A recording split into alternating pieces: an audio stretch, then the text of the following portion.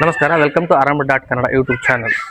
ಕರಾವಳಿ ಚಿತ್ರತಂಡದ ಕಾಂಟ್ರವರ್ಸಿ ಸದ್ಯಕ್ಕೆ ಮುಗಿದಂತೆ ಕಾಣಿಸ್ತಾ ಇಲ್ಲ. ನಿನ್ನೆ ಒಂದು ವಿಡಿಯೋ ಮಾಡಿದ್ವಿ, ಪ್ರಜ್ವಲ್ ದೇವರಾಜ್ ಅವರಿಗೆ ಸಂಭಾವನೆಯ ವಿಷಯದಲ್ಲಿ ಮೋಸ ಆಗಿದೆ, ಅದಕ್ಕೋಸ್ಕರ ಅವರು ಟ್ರೈಲರ್ ಇವೆಂಟ್ಗೆ ಬಂದಿಲ್ಲ ಅಂತ.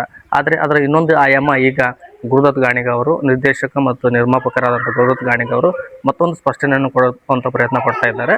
ಅವರು ಇವತ್ತೊಂದು ಪತ್ರವನ್ನು ಬರೆದಿದ್ದು, ಈ ಕಾಂಟ್ರವರ್ಸಿ ಬರೀ ಸಂಭಾವನೆಗೆ ಸಂಬಂಧಪಟ್ಟಿದ್ದಲ್ಲ, ಪ್ರಜ್ವಲ್ ದೇವರಾಜ್ ಅವರಿಗೆ 6 ಪ್ಯಾಕ್ಸ್ ಮಾಡಲು ಹೇಳಲಾಗಿತ್ತು. ಅದಕ್ಕೋಸ್ಕರ 25 ಲಕ್ಷ ಹಣವನ್ನು ಪೆಂಡಿಂಗ್ ಉಳಿಸ್ಕೊಂಡಿದ್ವಿ. ಆದರೆ ಪ್ರಜ್ವಲ್ ದೇವರಾಜ್ ಅವರು ಬಾಡಿ ಟ್ರಾನ್ಸ್ಫಾರ್ಮೇಷನ್ ಅಂದರೆ ಕ್ಯಾರೆಕ್ಟರ್ಗೆ ತಕ್ಕಂತೆ ಬಾಡಿ ಟ್ರಾನ್ಸ್ಫಾರ್ಮೇಷನ್ ಮಾಡಬೇಕಾಗುತ್ತೆ, ಅದನ್ನು ಅವರು ಮಾಡಲಿಲ್ಲ. ಹಾಗಾಗಿ ಅದನ್ನು ಬ್ಯಾಲೆನ್ಸ್ ಉಳಿಸ್ಕೊಂಡಿದ್ವಿ. ಇವೆಂಟ್ ಟೈಮಲ್ಲಿ ಏನು ಗಲಾಟೆ ಆಗಿದ್ದು, ಇದರ ಬಗ್ಗೆ ನಿರ್ಮಾಪಕರಾದಂತಹ ಗುರುದತ್ ಗಾಣಿಗ ಅವರು ಬೇಸರವನ್ನು ವ್ಯಕ್ತಪಡಿಸಿಕೊಂಡಿದ್ದು, ಇಲ್ಲಿ ಒಂದಿಷ್ಟು ಗೊಂದಲಗಳನ್ನು ಸೃಷ್ಟಿ ಮಾಡುವಂಥ ಪ್ರಯತ್ನ ಮಾಡಿದ್ದಾರೆ ಅಂತ ಸಹ ಹೇಳಿದ್ದಾರೆ.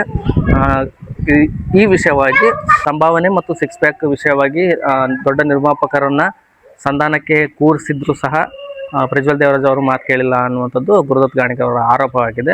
ಒಟ್ಟಾರೆಯಾಗಿ ಚಿತ್ರತಂಡದಿಂದ ಒಂದಲ್ಲ ಒಂದು ವಿವಾದ ಪ್ರತಿ ದಿನೇ ಹೆಚ್ಚಾಗ್ತಾ ಇದೆ. ಒಂದು ಒಳ್ಳೆಯ ಸಿನಿಮಾ ಮಾಡಿದ್ದು ಆದಾಗಿಯೂ ಈ ರೀತಿ ವಿವಾದಗಳಾಗ್ತಾ ಇರುವುದು ಒಳ್ಳೆಯ ಬೆಳವಣಿಗೆ ಅಲ್ಲ. ಇದು ಬೇಗ ಬಗೆಹರಿಲಿ ಅನ್ನೋದು ನಮ್ಮ ಆಶಯ. ಪ್ರಜ್ವಲ್ ದೇವರಾಜ್ ಅವರ ಪಾತ್ರಕ್ಕೆ ಫಿಸಿಕಲ್ ಟ್ರಾನ್ಸ್ಫಾರ್ಮೇಷನ್ ಅನ್ನೋದು ಬಹಳ ಮುಖ್ಯ ಅಂತ ಗುರುದತ್ ಗಾಣಿಗ ಅವರು ಹೇಳ್ತಾ ಇದ್ದಾರೆ. ಬಟ್ ಆ ಫಿಸಿಕಲ್ ಟ್ರಾನ್ಸ್ಫಾರ್ಮೇಷನ್ ಅನ್ನು ಪ್ರಜ್ವಲ್ ದೇವರಾಜ್ ಅವರು ಮಾಡಲಿಲ್ಲ. ತುಂಬಾ ದಿನ ಟೈಮ್ ಕೊಟ್ಟಿದ್ರು ಅವರು ಫಿಸಿಕಲ್ ಟ್ರಾನ್ಸ್ಫಾರ್ಮೇಷನ್ ಅಂದರೆ 6 ಪ್ಯಾಕ್ ಅನ್ನು ಮಾಡಲ್ಲಿ ಪ್ರಜ್ವಲ್ ದೇವರಾಜ್ ಅವರು ನೆಗ್ಲೆಕ್ಟ್ ಮಾಡಿದ್ರು ಅನ್ನೋದು ಗುರುದತ್ ಗಾಣಿಗ ಅವರ ಆರೋಪ. ಒಟ್ಟಾಗಿ ನೋಡೋದಾದರೆ ಒಬ್ಬರ ಮೇಲೆ ಆರೋಪ ಮತ್ತು ಪ್ರತ್ಯಾರೋಪ ಮಾಡ್ತಾ ಹೋಗ್ತಾ ಇದ್ದಾರೆ. ಕರಾವಳಿ ಇಡೀ ಟೀಮ್ಗೆ ಸಿನಿಮಾ ಚೆನ್ನಾಗಿ ಬಂದಿದೆ. ಆದರೆ ಈಗ ಈ 6 ಪ್ಯಾಕ್ಸ್ ಮತ್ತು ಸಂಭಾವನೆ ವಿಷಯವಾಗಿ ಒಬ್ಬರ ಮೇಲೆ ಒಬ್ಬರು ವೈಮನಸ್ಸನ್ನು ತೋರಿಸ್ತಾ ಇದ್ದಾರೆ.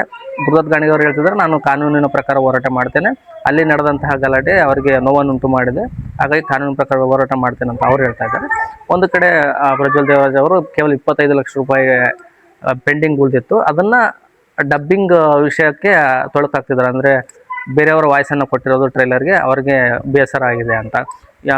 ಗುರುದತ್ ಗಾಣಿಗ ಅವರ ಪ್ರಕಾರ ಟ್ರೈಲರ್ ಲಾಂಚ್ ಇವೆಂಟ್ ಆದ ನೆಕ್ಸ್ಟ್ ಡೇನೇ 25 ಲಕ್ಷ ರೂಪಾಯಿನೂ ಸಹ ಪೇಮೆಂಟ್ ಮಾಡಿದ್ದೇವೆ. ಈಗ ನೋಡಿದರೆ ಅವರು ಡಬ್ಬಿಂಗ್ ವಿಷಯ ಮಾತ್ರ ಮಾತಾಡ್ತಾ ಇದ್ದಾರೆ. ಆದರೆ ಬಾಡಿ ಟ್ರಾನ್ಸ್ಫಾರ್ಮೇಷನ್ ಬಗ್ಗೆ ಆಗಿರುವಂಥ ಗೊಂದಲದ ಬಗ್ಗೆ ಮಾತಾಡ್ತಾ ಇಲ್ಲ ಅನ್ನೋದು ಗುರುದತ್ ಗಾಣಿಗ ಅವರ ಒಂದು ಆರೋಪವಾಗಿದೆ.